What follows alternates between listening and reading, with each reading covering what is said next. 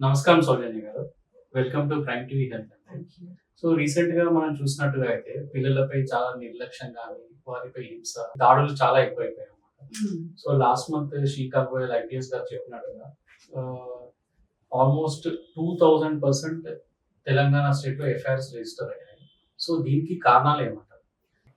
ముందు కూడా ఉన్నాయండి. First of all thank you for having me Johnson sir. It's lovely meeting you again. ముందు నుంచి ఉన్నాయి కానీ ఇప్పుడు ఎక్కువ మంది అవేర్నెస్ వల్ల అయినా లేకపోతే they are ready to go and report. So registered cases కనిపిస్తున్నాయి మనకి. Earlier also they were the same number of child abuse cases, but people are more open to talk about it and report to the police. అది ముందుగా ఈ child abuse అంటే actually ఏంటి? ఒక child ఒక emotional wellbeing, physical wellbeing, psychological వెల్బీయింగ్ని దెబ్బతీసే any sort of act that is considered as child abuse. ఫిజికల్గా అంటే డిస్క్రైబ్ చేయొచ్చా? డిస్క్రైబ్ అంటే మనకందరికి తెలిసిందే, కొట్టడం, కార్పొరల్ పనిష్మెంట్, కొట్టడం, తోయటం, జుట్టు పట్టుకొని ఈడ్చడం, లేదు ఇలా కొడతా అని ఇలా బెదిరించడం, చెయ్యెత్తిలా లేకపోతే స్కేల్ తోటి స్టిక్స్ తోటి బెదిరించడం, వాతలు పెట్టడం, ఇంకా ఇట్ గోస్ ఆన్. దీన్ని ఫిజికల్ అబ్యూస్ కింద తీసుకుంటాం.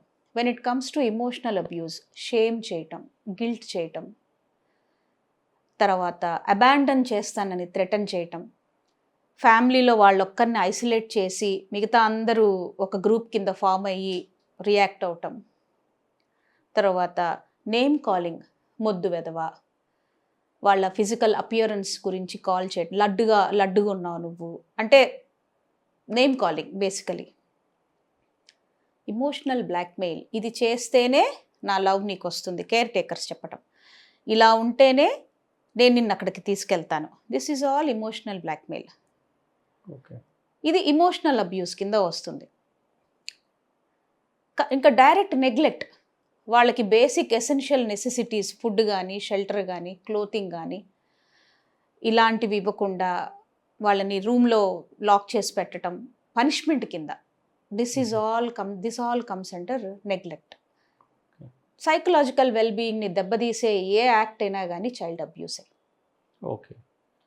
సో ఇప్పుడు మీరు అన్నట్టుగా కొట్టడం అన్నారు కదా, సో ఇది పేరెంటింగ్లో భాగమంటారా లేకుంటే ఇట్స్ అండ్ చైల్డ్ అబ్యూస్ అంటారా? ఫస్ట్ ఆఫ్ ఆల్ కొట్టడం అనేది ఏ రకంగా కూడా అది పేరెంటింగ్లోకి రాదు. It is not at all. ఎందుకనంటే మనం కొట్టడం వల్ల మన టెంపరరీ ఫ్రస్ట్రేషన్ వాళ్ళ మీద వెంటౌట్ చేస్తున్నాం. దానివల్ల అసలు ఏ కారణానికి పేరెంట్స్ కరెక్ట్ చేయాలనుకుంటున్నా ఆ మెసేజ్ వాళ్ళకి వెళ్ళదు. డబ్బులు దొంగలిస్తున్నాడు, లేదు అబద్ధాలు చెప్తోంది ఒక అమ్మాయి, చాలాసార్లు కరెక్ట్ చేస్తారు పేరెంట్స్, అయినా కానీ రిపీటెడ్గా అదే వస్తుంటే వాళ్ళకి రివార్డ్స్ వెనక్కి తీసేసుకోండి. టీవీ చూడనీయద్దు, లేకపోతే ఫోన్ ఇవ్వద్దు, లేకపోతే గేమ్ కన్సోల్స్ పక్కన పెట్టింది, అలా చేయండి. అంతేగాని కొట్టడం వల్ల ఎటువంటి మన ఫ్రస్ట్రేషన్ మనం వాళ్ళ మీద వెంటౌట్ చేయటమే కానీ ఇది అసలు పేరెంటింగ్లో భాగమే కాదు. ఎప్పుడు కొట్టాలి అది కూడా నేను చెప్తాను. మనం వెస్ట్ని బ్లైండ్గా అన్నిటికీ ఇమిటేట్ చేయకూడదు, ఎందుకంటే we have our cultural limitations. చిన్న పిల్లలు ఉంటారు, తెలిసి తెలియని 2 years పిల్లలు, టోడ్లర్స్, ప్లగ్ల దగ్గరికి వెళ్తుంటారు, కింద ఏది తీసి పడినా వాళ్ళు అది నోట్లో పెట్టుకోవాలని ట్రై చేస్తారు. వాళ్ళకి మనం ఎక్స్ప్లెయిన్ చేసినా వాళ్ళకి అర్థం కాని సిచ్యువేషన్లో ఉంటారు పసిపిల్లలు. Then you can threaten them, వేస్తా, కొట్టాలని కాదు, అది కూడా థ్రెటన్ దెమ్.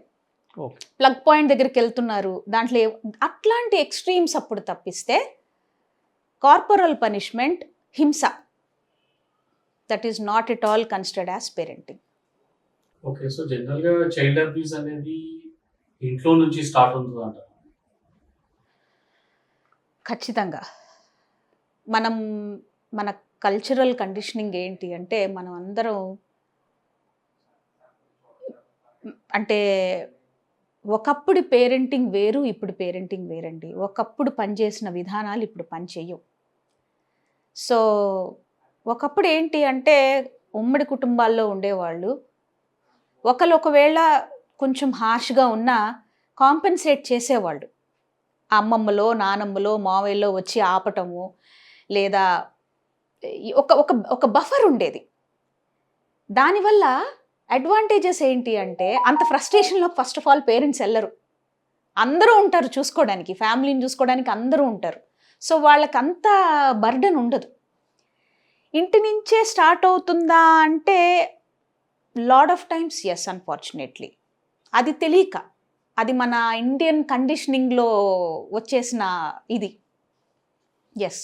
సో ఇలాంటి అబ్యూస్ వల్ల పిల్లలపై ఎలాంటి ప్రభావం జరుగుతుంది? కరెక్ట్, మంచి క్వశ్చన్ అడిగారు సార్. ఫస్ట్ డ్యామేజ్ అయ్యేది సెల్ఫ్. ఇమోషనల్ అబ్యూజ్ అయినా, మనం ఇందాక అబ్యూజ్లో సెక్షువల్ అబ్యూజ్ మర్చిపోయాం. సెక్షువల్ అబ్యూజ్ వాళ్ళని ఇన్అప్రోప్రియేట్ ప్లేసెస్లో వాళ్ళ కన్సెంట్ లేకుండా టచ్ చేయటం, లేదు వాళ్ళ నేకెడ్ ఫొటోస్ని సోషల్ మీడియాలో పెట్టటము, cyber bullying. This is all అంటే cyber bullying of where they are asking for some sort of nude or semi nude photos. ఇదంతా కూడా సెక్షువల్ అబ్యూజే.